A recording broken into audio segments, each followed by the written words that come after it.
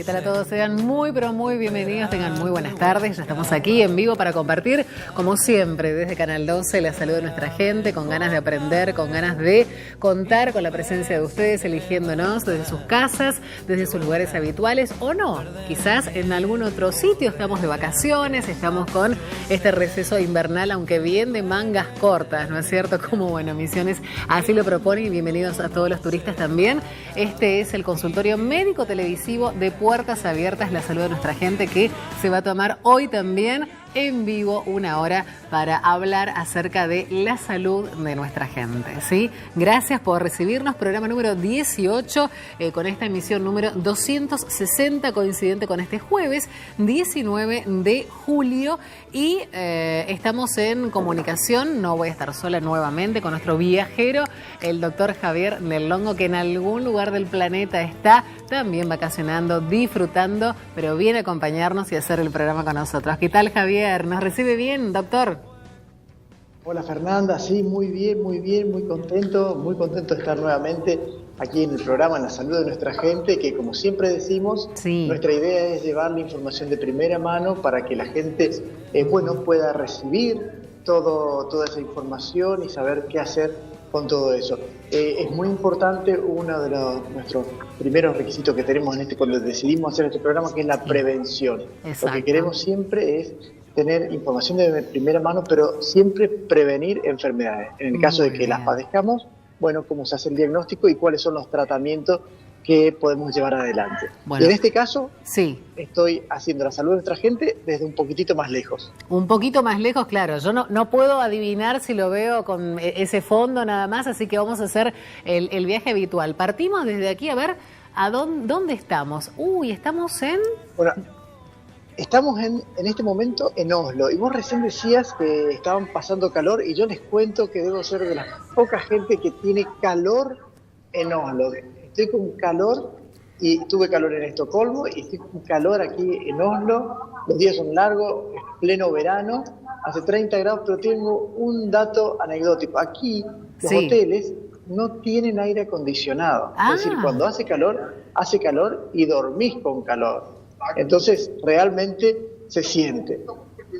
Muy bien, así que está, a ver, porque estamos viendo algunas imágenes mientras nos está hablando también de diferentes lugares. Se encuentra en este momento, entonces, decía, en Oslo, en la capital de Noruega. En Oslo, que es la capital de Noruega. Sí. Y que para que tengamos un poquitito de historia, resulta ser que esto se llamaba, de hace un montón de tiempo, Cristiania, en referencia a uno de los reyes que ha tenido Dinamarca y que se había sentado aquí en Noruega, que se independiza o toma su gobierno propio. Sí. Posteriormente estuvo de la mano de Suecia, y desde hace no tanto tiempo cambió su nombre, volvió a llamarse Oslo, a la capital de Noruega, y a Noruega como un país independiente. Por supuesto, como los tres países que forman la Escandinavia que nosotros conocemos, que es la Finlandia, Suecia y Noruega, aunque hay que agregarle Dinamarca también, son países maravillosos desde el punto de vista del orden, de la prevención, del bienestar en general, de que ellos persiguen muchísimo el bienestar de la gente. Después podemos conversar qué otras cosas negativas tiene esa parte, y justo, uno de los invitados que tenemos hoy en la salud de nuestra gente nos va a poder aclarar alguna de esas cosas. Muy bien, bueno, haciendo la salud de nuestra gente, entonces, entre Posadas, ¿sí? Misiones, Argentina, y Oslo, Noruega. Esto es increíble realmente, así que le agradecemos muchísimo porque hace un esfuerzo enorme, está de vacaciones con la familia, y a esta hora, acá 16:05, ¿allá? Aquí son las 21:05, y como ustedes ven, es de día, porque ahí se puede ver, y el sol todavía está alto, o sea que falta bastante para que el sol se ponga. Tenemos solamente 3 horas y media de noche. Solamente. ¿Y le dificulta dormir, doctor? Bueno, la verdad es que es un poco raro, porque te acostás a dormir de día. Claro.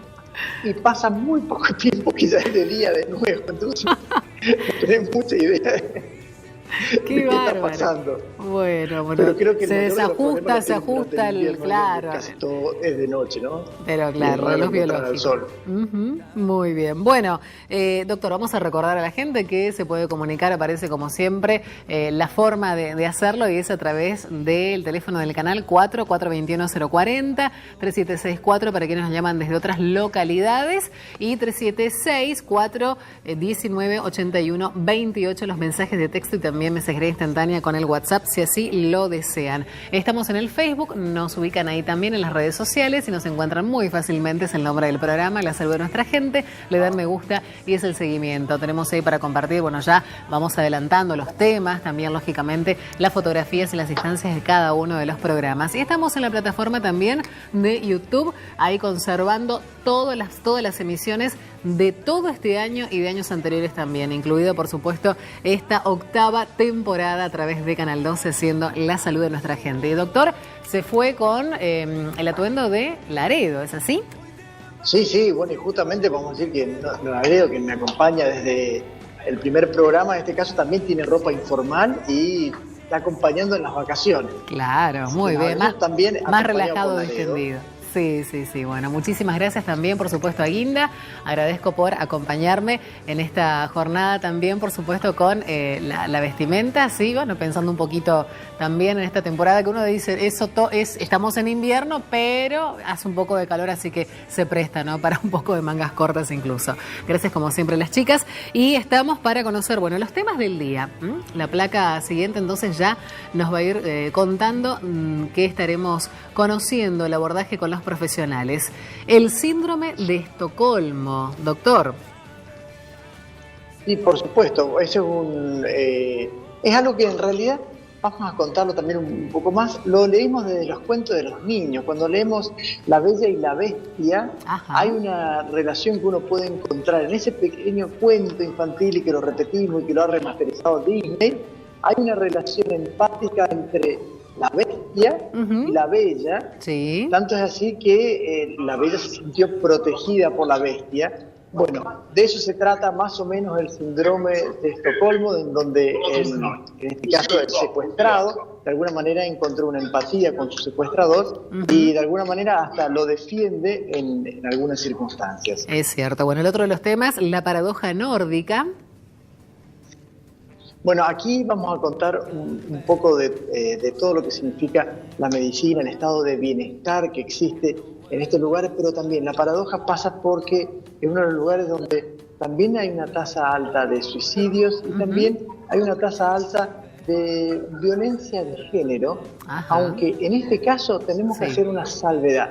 Sí. Cuando uno dice que la tasa es más alta de violencia de género con respecto, por ejemplo, a Latinoamérica, hay que tomarlo con pinzas, porque aquí la verdad está en que la gente tiene más acceso a denunciar cualquier tipo de violencia de género, ya sea no desde el punto de vista de lo físico, también puede ser de la violencia de género sexual, económica, pero todo es violencia de alguna manera, y hay una gran capacidad de denunciar y de que las autoridades pertinentes tomen cartas en el asunto. Entonces, no hay que confundir con que aquí hay más, sino que si bien en realidad hay más denuncias, tiene que ver con que en realidad también de alguna manera hay más acceso a la información, pero sobre todo por otro lado, hay una alta tasa de suicidio y que de alguna manera intentaremos explicar. Muy bien. Y el otro de los temas, la salud de nuestros niños. Bueno, los invitados del día de hoy, el licenciado Luis Nelly, psicólogo, y el doctor Guillermo Frada, especialista en pediatría, alergia y neumonología. ¿Sí? Así que estamos, bueno, con estos temas y yo ya me dirijo a la mesa porque nos está esperando nuestro primer invitado. ¿Sí? Muchísimas gracias por acercarse nuevamente, por acompañarnos y mírelo, salúdelo a su colega. Está con nosotros Luis Nelly. ¿Cómo le va? Bienvenido. ¿Cómo estás? Hola Luis, ¿cómo estás? Muchísimas gracias, muchas gracias por estar aquí en la salud de nuestra gente. Yo digo allí en la salud de nuestra gente, y para nosotros es un gran placer y sobre todo tener a alguien de tu gran trayectoria que nos vaya a contar lo que queremos saber justamente con estos temas. Bueno, estás en un país que tiene una particularidad. Prácticamente Noruega, Finlandia y Suecia no tienen gente que emigra de su país. Sin embargo, los pocos emigrantes están en Misiones. Eso es real, sí. Hay 3 lugares en el mundo en donde hay emigrantes de la península escandinava. Uno es Australia, otro es Canadá, y el otro es Misiones, es específico. Sí. Hay uno más. Y esto tiene que ver con, no es que ellos hayan emigrado, sino que mucha de la gente, sobre todo la gente que se jubila, pasa los 6 meses del invierno, que son tan crujos acá, en España. Hay un lugar en España donde van casi todos los escandinavos a tomar el sol que les falta aquí. Exactamente. Por eso no tienen aire acondicionado, porque el calor es una bendición. Hay que pensar que se pasan 6 meses de fríos bajo cero con temperaturas extremas. Entonces, cuando viene el calor, ¡viva el calor! ¡Viva el calor! Eso me llama la atención porque aquí la gente, hasta que el sol cae, que son las 12 de la noche, está afuera paseando, pero con cara de alegría, con no sé. Bueno, hay una gran algarabía, uno lo nota, ¿no?, en la sociedad. Y me ha tocado viajar en invierno a estos lugares y la verdad que las caras son otras. ¿Qué tal? ¿Qué temperatura estaría más o menos aproximadamente ahora sintiéndose allí, doctor? En este momento creo que estaba en 26 grados, pero hoy al mediodía estaba en 30. ¿Qué tal, eh? Sí. Bien. Es verano. Es verano, obvio, seguro. Es verano, sí. Muy bien. Bueno, vamos a conocer, entonces ya estaba haciendo un anticipo el doctor respecto de esto, ¿no? ¿Qué es el síndrome de Estocolmo, Nelly? Bueno, lo adelantó. Es una particularidad de la especie humana. Solo los humanos favorecemos a quienes nos atacan, los queremos. Los animales de cualquier tipo, ante alguien que ataca o huye, pero ciertamente no desarrolla ningún tipo de relación estable. El síndrome de Estocolmo sería la expresión de la condición humana, esta condición tan particular que tenemos, ¿no? Nos odiamos pero nos queremos. Somos unos personajes bastante raros desde la lógica, desde la lógica humana.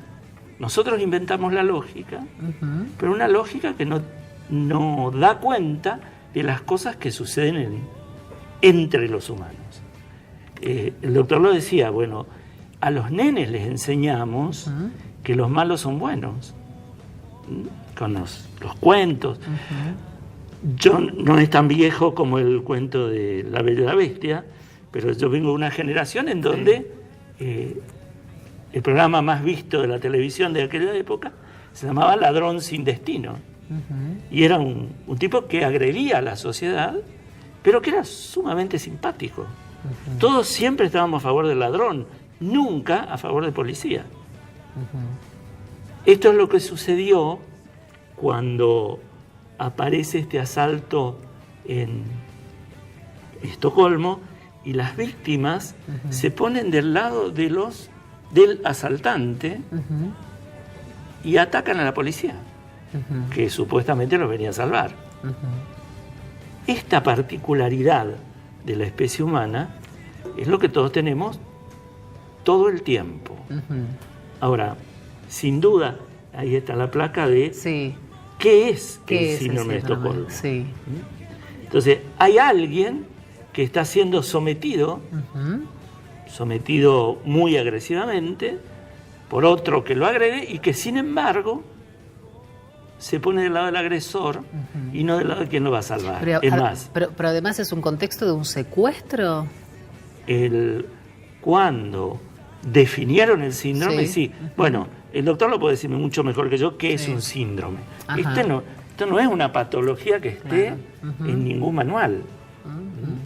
Los psiquiatras manejan un manual que se llama Manual Diagnóstico Estadístico de los Trastornos Mentales, y en el manual, que está elaborado por la Asociación Americana de Psiquiatría y que establece cuáles son las patologías, en el manual no aparece, justamente porque es un síndrome.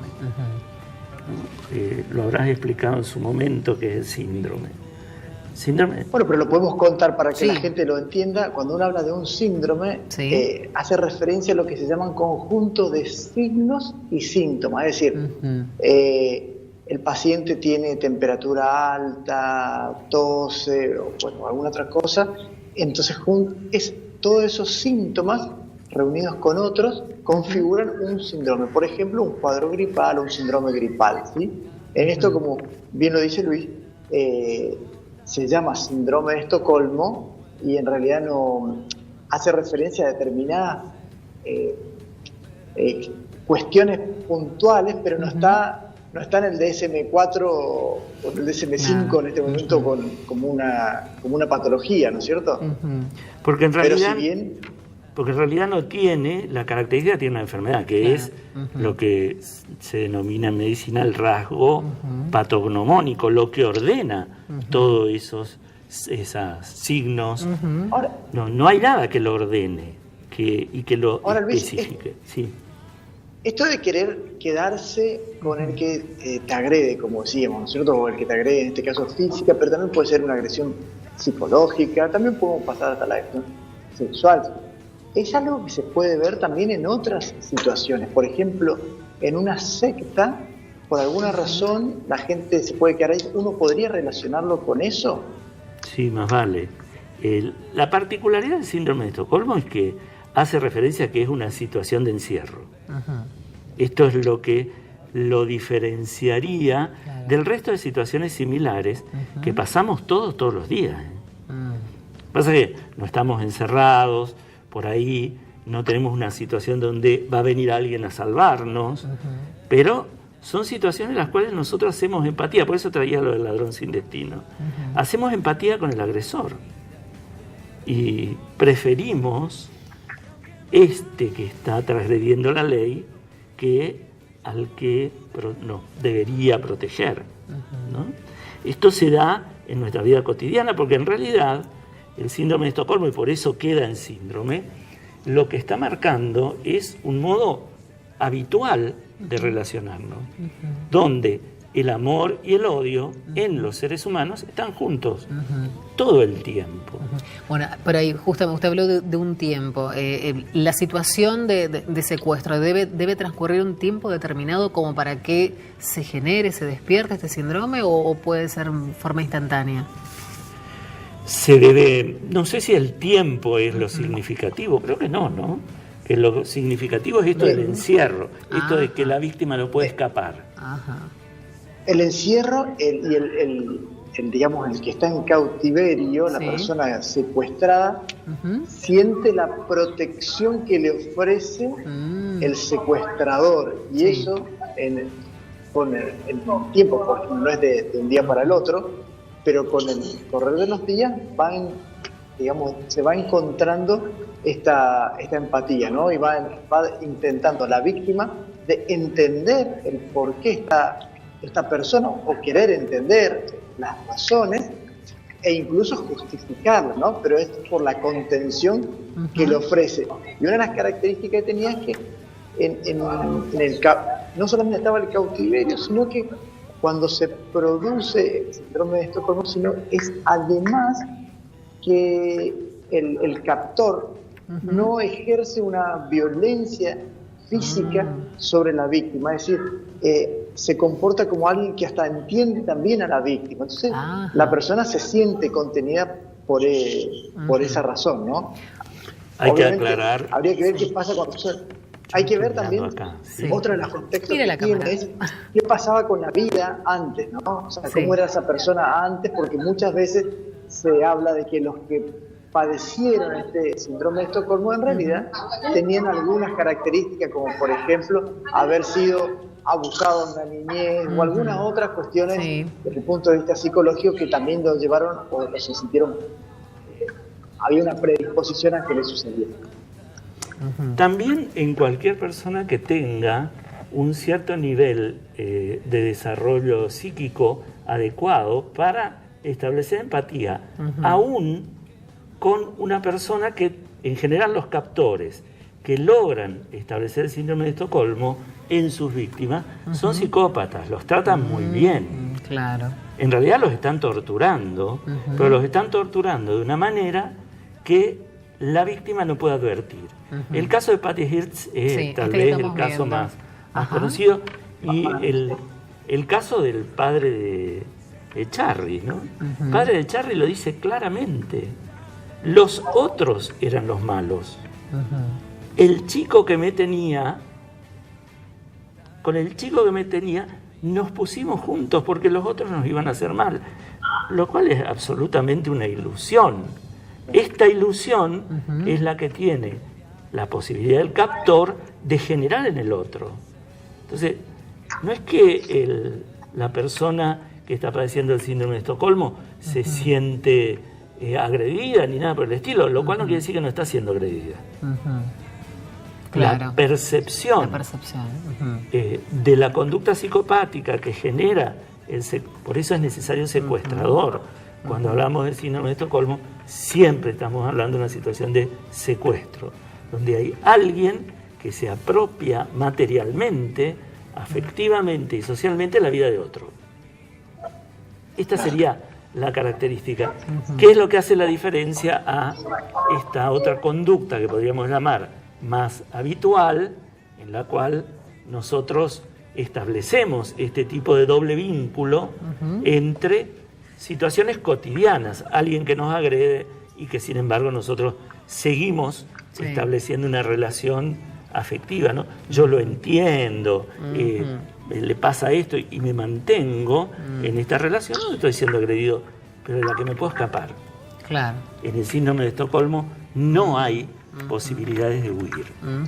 Vamos a ir a una pausa, ¿sí? Se queda con nosotros el doctor Luis Nelly, también por supuesto Javier Del Longo, desde Oslo, desde Noruega. Hacemos una pausa y seguimos en el próximo bloque hablando mucho más y conociendo mucho más respecto del síndrome de Estocolmo. Pausa, ya venimos, Bueno, aprendemos un montón realmente, ¿sí? Hace ya 8 años, esta es la 8ª temporada de La Salud de Nuestra Gente por Canal 2 en vivo. Ofrecemos este servicio para toda la gente, ¿sí? Hablando de temas importantísimos, de patologías, de avances médicos, hablamos también de estos síndromes y demás, así que vamos a continuar. Está el doctor Javier Del Longo desde Oslo con esta comunicación, está de vacaciones, son las 21:24 en su ciudad, ¿sí? 21:25 ya, está con nosotros, bueno, y seguimos compartiendo este capítulo tan especial y estábamos ahí conociendo todo respecto del síndrome de Estocolmo y también tenemos, no sé si quedó algo para agregar, Luis,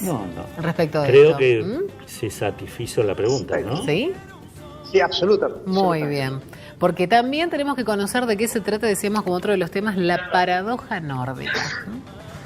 Bueno, lo adelantó el doctor. Nosotros decimos paradoja porque ¿cómo es que siguen sucediendo estas cosas en un país que invierte en una comunidad? Porque cuando hablamos de la comunidad nórdica estamos hablando de una comunidad que define invertir tantos recursos para intentar que la condición humana cambie. La condición humana persiste. Hace algún tiempo fue un bestseller a nivel mundial la trilogía Millennium, que escribió un periodista muy particular, porque en Suecia se llaman periodistas de conciencia social. Son los periodistas que denuncian las agresiones que se cometen desde todos los niveles. Nadie queda fuera de la denuncia. Entonces, este periodista de conciencia social, Stieg Larsson, escribió una trilogía que se llama Millennium, donde lo que trata centralmente es de la violencia que existe. Él hablaba puntualmente de Suecia, ¿no? La violencia que existe a pesar de todos los recursos que se disponen para que esto desaparezca. Parecería que la violencia forma parte más de la condición humana sobre la que hay que trabajar mucho. Y toda la comunidad nórdica está trabajando todo el tiempo sobre esto, ¿no? Sobre intentar que los seres humanos nos relacionemos más desde acciones positivas, pero son muy difíciles de conseguir estas acciones positivas. Suponen un trabajo muy grande sobre la condición humana que se está peleando todo el tiempo para ver en qué momento nos volvemos buenos. Entonces, lo que se ve en esta comunidad de los nórdicos es cuánto esfuerzo hay, sobre todo teniendo en cuenta que el invierno, yo soy psicoanalista, entonces que yo hable de la ecología parece hasta una cosa rara, ¿no? Pero la verdad que el invierno nórdico es terrible. Y el encierro y los modelos de comunicación, vos habías estado en invierno en la península y bueno, viste que son como dos sociedades distintas. En el invierno la gente está muy encerrada, muy metida adentro. Yo cada vez que veía a alguien que iba a tomar un baño sauna en Posada decía, ¿baño sauna? ¿Para qué? ¿Para qué sirve? Hasta que entendí que un nórdico si no hace baño sauna no transpira, no se libera de toxinas. El baño sauna es una necesidad en el invierno. Entonces, bueno, todo esto genera un estado de tensión social altísimo. Y por supuesto, cuando hablamos de violencia, y tanto se habla de violencia de género, creo que estarás de acuerdo conmigo que en algún momento los varones tenemos que empezar a hablar de cómo pensamos nosotros las violencias de género, ¿no? Porque, bueno, si querés, exagerando y llevándolo al disparate, ¿no? Podemos decir, hay mujeres que a su género le hacen el síndrome de Estocolmo. Dicen, pobre los varones, son los varones los agredidos por las mujeres. Un grupo de mujeres importante que está hablando de esto. Sí. Sin pensar que en realidad los varones tenemos derechos, yo diría naturales, es verdad. A imponer el orden, nuestro poder. Bueno, y nos cuesta mucho renunciar. Y en esto estamos con la paradoja nórdica, ¿no? Tienen un muy alto nivel de agresión de todo tipo, pero sobre todo hay un muy alto nivel de agresión física hacia las mujeres, a pesar de todo lo que la sociedad está trabajando. Esto aparece como una cualidad propia de la condición humana, sobre la que tenemos que seguir trabajando todos. Ellos están adelantados. Cuando vos decís, bueno, hay un papá que se queda con el bebé y que tiene la posibilidad de quedarse con el bebé acompañando a la mamá 6 meses del primer año de vida del bebé, bueno, ¿cuál es el lugar del papá? ¿Cuál es el lugar del varón en esa comunidad? ¿Cuál es el lugar del varón en el verano? ¿Y cuál es el lugar del varón en el invierno? Que no es poco, son 8 meses de invierno.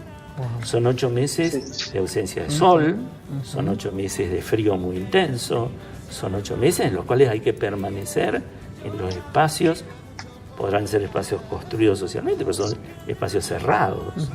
Entonces, son situaciones que generan, por su propia característica, un estado de angustia y de tensión social muy alta. Entonces, la paradoja nórdica, porque disponen de muchos recursos, pero en todo caso podríamos decir la paradoja nórdica, pero la paradoja humana. Claro.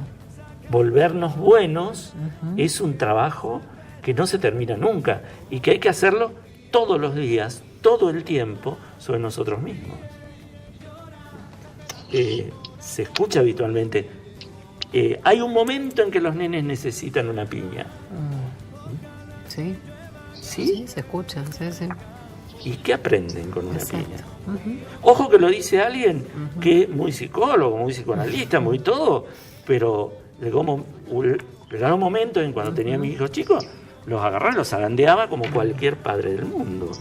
Ahí aparecía esto que no importa lo que haga la sociedad, se instala este primario individuo al que se le desordenan las cosas. Los varones además tendemos a ser muy ordenaditos y muy esquemáticos. Y las mujeres... muy secuenciales. Sí. ¿Viste que las mujeres se juntan entre 5? Las 5 hablan de temas distintos, las 5 al mismo tiempo, y las 5 se entienden y se van contestando. Es cierto. Esto para un varón es caótico. ¿Qué sucede? ¿Cómo paramos esto? Bueno, nos tenemos que poner a pensar sobre nuestra condición de varones, ¿no? Yo no voy a hablar de la violencia de género desde el punto de vista de las mujeres. Claro. Para eso que lo hablen las mujeres. Me parece que nosotros tenemos que empezar a pensar los varones en nosotros mismos. Que estamos habilitados por 3.000 años de cultura a que nosotros pegamos. Yo hace mucho decía, no es lo mismo una piña que pega un varón a una mujer. Porque cuando le pega una piña, le pegan 3.000 años de cultura a una piña. Exactamente. Y está bien, es lo que se espera. Ahora, cuando una mujer le pega una bofetada a un varón, está traicionando 3.000 años de historia. Entonces, no es lo mismo. La mujer, para atreverse a hacer este acto, está imponiéndose un grado de diferencia respecto a lo que se espera de ella. Entonces, bueno, me parece que de esto hablan las mujeres y que nosotros tenemos que hablar a ver qué nos pasa a nosotros, cómo nos enloquecemos cuando no podemos seguirle el ritmo a nuestras mujeres, ¿no? Y viste que ni bien vos le das un poquitito en la profesión, en todo, ¿no? Le das un poquitito y ¡chac! Salen y crean cosas, inventan cosas. Y a nosotros nos cuesta mucho. Sí. Justamente porque somos bastante cuadraditos. Agarramos un tema, lo desarrollamos hasta el final. Entonces, bueno, ¿cómo hacemos con nuestra condición de varones? Y esta cuestión de la agresividad en la palabra, en el acto cotidiano y también el acto físico, ¿no? La cuestión de la agresión sexual. Bueno, sabés que yo trabajo en una ONG que se llama Alto a la Trata, donde estoy dirigiendo un programa que se llama Refugio para Víctimas de Trata Mujeres y Niñas. La ONG no se le ocurrió armar un refugio para varones. Y en general en el mundo hay muy pocos. Hay uno en Foz de Iguazú, porque los brasileños descubrieron que muchos niños son abusados sexualmente y les empezaron a dar refugio. Pero hay uno en contra de todos los otros que hay, ¿no? Estas cosas nos tienen que hacer pensar a nosotros los varones o de nosotros. Muy bien. Doctor Javier, ¿algo más para decir? Lo tenemos que despedir ya.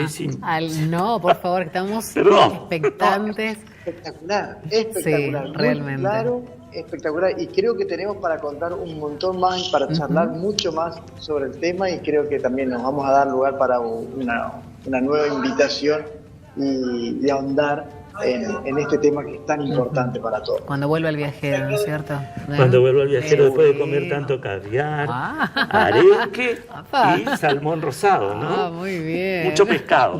Mucho pescado. Muy bien. Bueno, le agradecemos muchísimo. Gracias a ustedes. Muy amable. Que vaya todo muy bien. Muchas gracias. Muchísimas gracias. Muy bien, nosotros vamos a establecer una nueva pausa, así en el próximo bloque vamos a seguir conociendo en este caso la salud de nuestros niños con el doctor Javier Del Longo, por supuesto, desde Oslo, Noruega. Pausa, ya venimos. Tú me enseñaste que tan simples son las cosas. Tú me enseñaste a dar amor. Muy bien, estamos acá de regreso, sí, las indicaciones que nos está mandando también, obviamente, para seguir conociendo todo en la salud de nuestra gente. Es un gran compromiso realmente, ¿no? Y esto que nos quedamos así expectantes y nos quedamos maravillados realmente con la presencia de los distintos profesionales que vienen, que se suman y comparten un momento, al menos con nosotros, un jueves, un día a la semana, ¿sí? Bueno, seguimos con el doctor Javier Del Longo desde Oslo, desde Noruega. Me imagino que ya habrá cenado o está por cenar después. ¿Qué planes tiene? Rápidamente se nos cuenta, doctor. Bueno, los planes son que termino la transmisión y sí, vamos a ir a cenar y después ya enseguida estamos tomando un colectivo hasta Copenhague, que es el próximo destino. Bueno, seguimos de gira entonces. Seguimos de gira. Qué lindo. Y ya vamos a subir los videitos sobre la historia de la medicina, porque en Copenhague hay un museo, un museo más importante de la historia de la medicina en Europa. Así que, bueno, ya vamos a transmitir desde ahí mañana. Muy bien. Bueno, aquí en la mesa nos acompaña el doctor Guillermo Frada, especialista en pediatría. Es pediatra, es alergista y es neumonólogo. Muchísimas gracias por acompañarnos nuevamente. ¿Cómo le va? Gracias a usted. Bien, Gracias, Javier. Bueno, muy bien. Muchas gracias, Guillermo, por estar. Bueno, genial. Bueno, vamos a abocarnos entonces a todas sus especialidades. Ahí los niños, a atenderlos. Estamos en pleno invierno, aunque hoy no se note o estos días no se note, pero mañana viene nuevamente el descenso térmico, por favor. Estamos en estos sacudones, ¿no? Claro, saliendo un poco del tema que era atrapante, el tema anterior, atrapante justamente. Exacto. Pero sí, es cierto que estamos en un momento que todavía las vacaciones de julio habitualmente nos salvan un poco de la ola de contagios y contactos que tenemos por las escuelas en toda esta época, desde fines de mayo hasta ahora. Entonces, bueno, la idea es hablar un poquito de eso, ¿no? Y básicamente, que tenemos que tener en cuenta como padres para que los chicos no se enfermen tanto. Javier. Se nos fue un poquito el retorno. Un segundito, a ver. Ahí vamos, de nuevo. Le quería agradecerle a Guillermo por estar en la salud de nuestra gente. La verdad que siempre nos acompaña y es muy grato para todos. Esto que estábamos conversando recién, en este momento en Posadas, 30 grados. Mañana, ola polar. ¿Qué impacto tiene sobre el organismo estos cambios y si en realidad esto favorece a la aparición de enfermedades, bueno, en este caso las enfermedades respiratorias? Sí, sobre todo en aquellos sujetos que son susceptibles a estos cambios, ¿no? Es decir que cuando uno se enferma, por ejemplo, con un cuadro de gripe, un cuadro de resfrío, lo que hace es disminuye un poquito las defensas, se expone a un germen, que la mayoría de las veces son virus en estos casos, y eso hace que, bueno, me contagie de algo y tenga. Pero en aquellas personas susceptibles, por ejemplo, los alérgicos, tienen rinorrea, tienen moco habitual, su organismo reacciona más con los cambios de temperatura, eso hace que su propio organismo sea como un lugar, como un campo preparado para que venga un virus, ¿no? Entonces se enferman más seguido y a veces es un poco difícil, sobre todo al principio, diferenciar si realmente es el comienzo de una reacción alérgica, sobre todo con rinorrea y molestias, al comienzo de una gripe o de un resfrío. Entonces, con esto de mañana, lo que ocurre básicamente es eso que estoy diciendo, pero además algunas acciones que tenemos los padres para evitar que esos chicos tengan más frío, que se expongan, también en aquellos casos de los alérgicos empeora la situación. Por ejemplo, arroparlos demasiado con ropas que ya habíamos guardado, por ejemplo, una frazada que está guardada, hacerlos jugar arriba de una alfombra que a veces ocupa un departamento, o ponerle un pullover que estuvo guardado, hace que se pongan a ácaros. Y los acaritos son unos ácaros, justamente unos bichitos que no se ven, miden medio centímetro o menos, medio milímetro, mejor dicho, o menos, viven con nosotros, se alimentan de la descamación de nuestra piel, pero lo que hacen cuando se ponen en contacto con nosotros es aumentarnos una reacción y desencadenar un proceso alérgico que empeora más el cuadro. O sea que el lugar clave para desarrollarse es la cama. El lugar es el dormitorio. El dormitorio, todo, se puede emprender de todo. Hay que sacudir, hay que remover, hay que limpiar, hay que sacar las hay que dejar que entre el sol, dejar que la ropa esté más expuesta, separar un poco, enjuagarla antes. Entonces, bueno, quiere decir que lo más, mañana es viernes ya. Es decir, que tenemos el fin de semana, las guardias van a estar complicadas. Seguro. Las pocas guardias pediátricas que hay. Y la semana que viene probablemente veamos esto. ¿Doctor? Sí, Guillermo, te quería hacer dos preguntitas que están como relacionadas. Hablamos del frío, los cambios en la temperatura. Cuando una persona es asmática y existe un cambio de temperatura, o sea, hace frío, el asmático tiene más chance de tener una crisis asmática con el frío. Esa es la primera pregunta para que me respondas. Y la segunda tiene que ver con justamente como cuando hablas de los ácaros. ¿Cada cuánto habría que cambiar las almohadas, los colchones, o qué cosas deberíamos sacar de una habitación en el caso de que una persona sea alérgica y tenga este tipo de reacciones alérgicas, desde la rinitis hasta incluso el asma. Bueno, la primera pregunta con respecto a qué hace el frío en un asmático, nosotros tenemos receptores en diferentes partes del cuerpo que hacen que uno reacciona con la temperatura.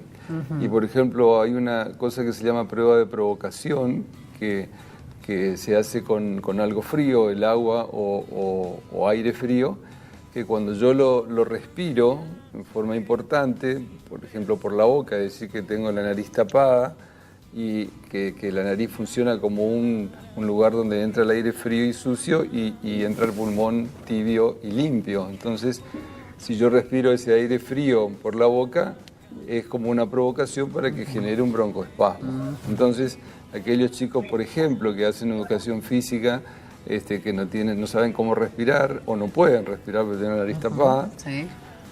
entonces están recibiendo un estímulo para que se genere un broncoespasmo. Eso es lo más directo y lo más fácil de entender que se puede decir. Después hay otros cambios a nivel corporal que son un poco más, no tan espectaculares así, pero que tienen que ver con cómo uno está predispuesto a tener la sensación de frío-calor, porque recordemos también que, por ejemplo, un bebé súper abrigado transpira, se congestiona, no está cómodo, llora. Eso con respecto a la primera pregunta, es decir, que el frío es un agente de provocación de un broncoespasmo. Además de todo lo que uno hace para evitarlo, y entonces ya lo comentamos. La otra pregunta era qué pasa con los ácaros, cómo están y dónde viven. Claro. Y por lo tanto, la limpieza tiene que ser diaria y dejar entrar el sol y el aire en las piezas es fundamental. En general, después de 2 años, el 20% de un almohado del colchón por ahí son ácaros, es decir, no solo los ácaros, sino también las deposiciones de los ácaros, que son más o menos 20 por día por cada bichito, y incluso llega a tener un peso relacionado con eso, ¿no? Entonces, claro, nadie cambia el colchón y las almohadas cada 3 meses, no se hace, pero sí se pueden sacar, se pueden ponerlas al sol, se pueden lavarlas. Y a veces uno tira aerosoles, ¿eso sirve o no? No, los como aerosoles, desinfectantes que dicen que eliminan el 99% de bacterias y más. Sí, pero hay una relación de costo-beneficio. Hay aerosoles que son acaricidas. Por ejemplo, lo que hace un tiempo usábamos era una marca francesa que usábamos, pero que es como una fumigación. Uno pone en una mesa determinada, limpia todo. Eso genera como una fumigación. Después de un tiempo viene, se tapa la cara, se da todo y limpia, ¿no? Pero hay algunos errores con respecto a algunas propagandas, es decir, que hay desinfectantes que son desinfectantes de contacto, que uno los tira en la mesa, por ejemplo, donde come, lo limpia, le pasa un trapito y está muy bueno como desinfectante de contacto, pero no es un aerosol de esos mosquitos que no matan las bacterias en el aire, no funciona así. Entonces, hay que leer los prospectos. Muy bien, sí. Somos medio analfabetos funcionales en eso, no sabemos leer, interpretar. No, yo creo que lo que hay que hacer es tener ropa limpia, lavada, enjuagada, separada, de algodón en lo posible. De algodón, bien. Aunque a veces uno puede ser alérgico al algodón, pero generalmente es menos que las reacciones que uno puede tener en la piel, como una dermatitis atópica por licra o algo de esto. Claro. Bueno, vamos a hacer una pausa, doctor. Se queda con nosotros. Sí, tenemos todavía un bloque más para seguir conociendo todo respecto de la salud de nuestros niños. Pausa, ya venimos.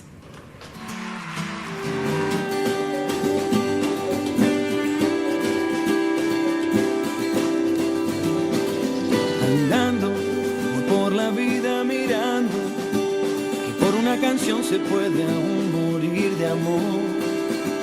Y así estamos ahí con unas placas, pasaron medio rápido, así que ahora igualmente nos va a estar el doctor Guillermo Frada, que está aquí con nosotros, por supuesto, bueno, para acompañarnos, y seguimos hablando acerca de la salud de nuestros niños, de los cuidados sobre todas las cosas, ¿no? A ver qué métodos preventivos desea. Y usted trajo algo también, tiene en la mesa. Sí, que esto básicamente para la parte de tratamiento, ¿no? Bien. Pero básicamente lo que se puede decir, en las escuelas es el caldo de cultivo, ¿no? Los lugares donde uno está con muchas personas en un lugar cerrado, ahí uno se contagia porque el contacto, uno pasa virus o gérmenes o bacterias de persona a persona en una distancia menor a 1 metro. Entonces lo que uno tiene que hacer, los chiquitos de jardín de infantes, la verdad que son como una esponja que absorben todo, bueno, saben que uno tiene que toser en el pliegue del codo, lavarse las manos y después tener su alcohol en gel en algunos casos. Y eso es muy importante. En los casos de los nenes chiquitos, que eso es importante decirlo, los chiquitos menores de 2 años pueden padecer una bronquiolitis y esa bronquiolitis, que es un cuadro de infección viral, que lo estamos viendo en este momento, hay bastante cantidad, son peligrosos por debajo de los 6 meses. Y cuando más cerca del nacimiento nos acercamos, más peligroso es.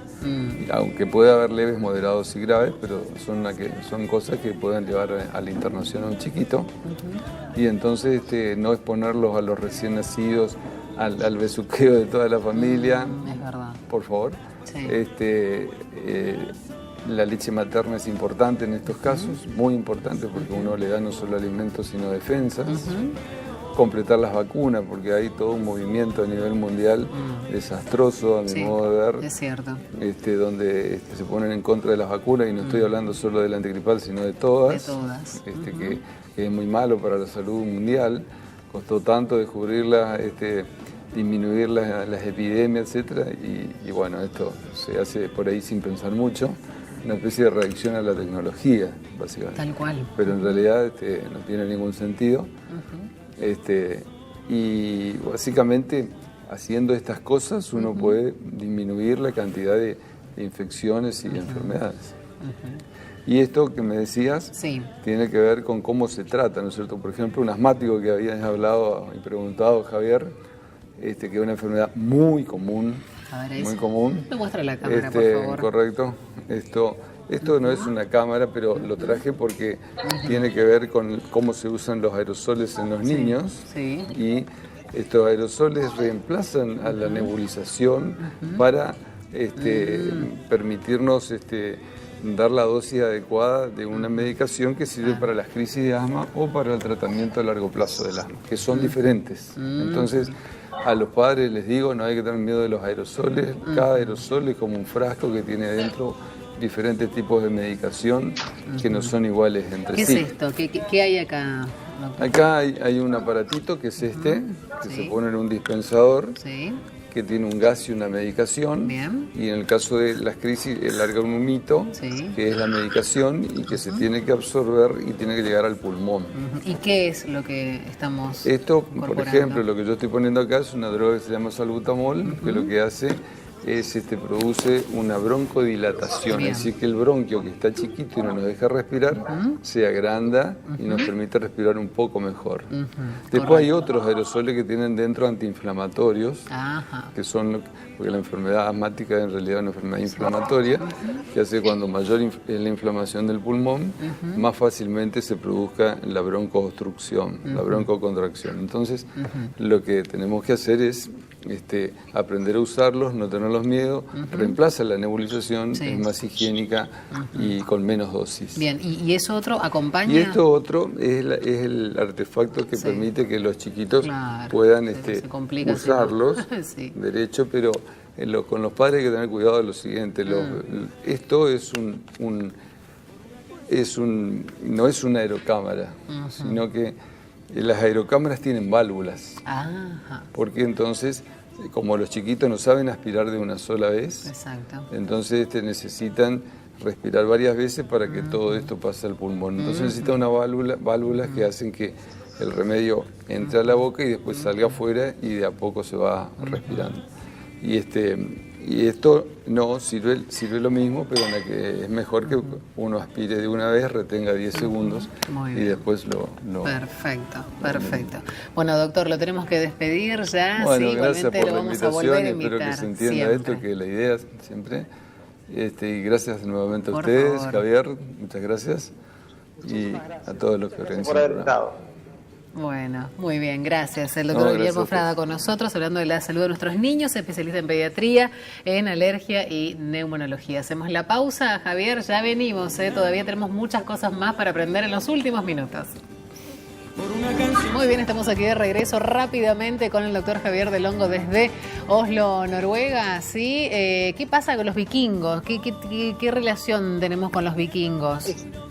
Bueno, exacto. Vos sabés que cuando uno habla de Noruega, habla en principio de o tiende a pensar en los vikingos. Los vikingos estuvieron presentes desde el 700 hasta el año 1070 y fueron o son conocidos como grandes navegantes. De hecho, se cree que ellos fueron los primeros en llegar hasta el norte de América, hasta Islandia y hasta varios otros lugares, por ejemplo, a Gran Bretaña, Irlanda, y llevaron hasta esos lugares cuestiones desde el punto de vista de lo genético. Que los irlandeses tengan el pelo rojo, el pelo colorado, tiene que ver con los vikingos.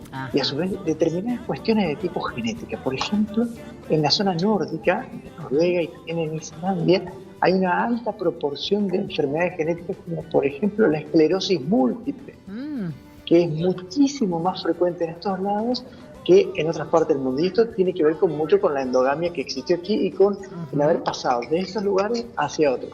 Pero no se la llevaron gratis ellos que arrasaban, que violaban a mujeres o que tenían esa fama de agresividad, no se la llevaron tan gratis, porque cuando llegaron a Gran Bretaña, ahí habían estado primero los romanos, y fueron los romanos los que llevaron la lepra a Gran Bretaña, y que ellos, por haber estado allí, se la trajeron para acá y la incorporaron a la lepra adentro de las enfermedades que han padecido en Escandinavia. Es decir, que en estos grandes navegantes que eran los vikingos también padecieron enfermedades producto de el haber estado justamente tanto tiempo en los barcos, como la déficit de las vitaminas, particularmente de la vitamina C, que es la que produce una enfermedad que se llama escorbuto y que significa que existen trastornos en la piel, cuando aparecen petequias, manchas, se caen las uñas, se cae el pelo, y que se cura simplemente comiendo cítricos, por ejemplo, comiendo vitamina C.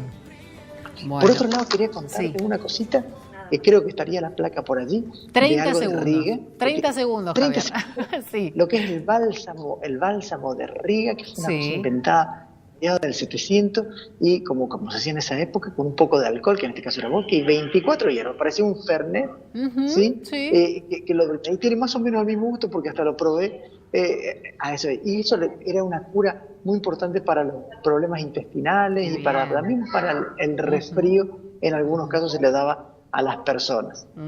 Así que ese era el bálsamo negro de Riga. Bueno, qué cantidad de cosas que tiene para aprender y para transmitir, de eso se trata, ¿no? Hacemos eso aquí en La Salud de Nuestra Gente, y para recordar que el 16 de julio fue el Día Provincial de la Donación y Trasplante de Órganos, Tejidos y Células. Jornada muy importante, por supuesto, en territorio provincial. Javier, vamos a volver a encontrarnos el próximo jueves, ¿sí? ¿Desde qué otro lugar? ¿Un viaje más? ¿Una escala más?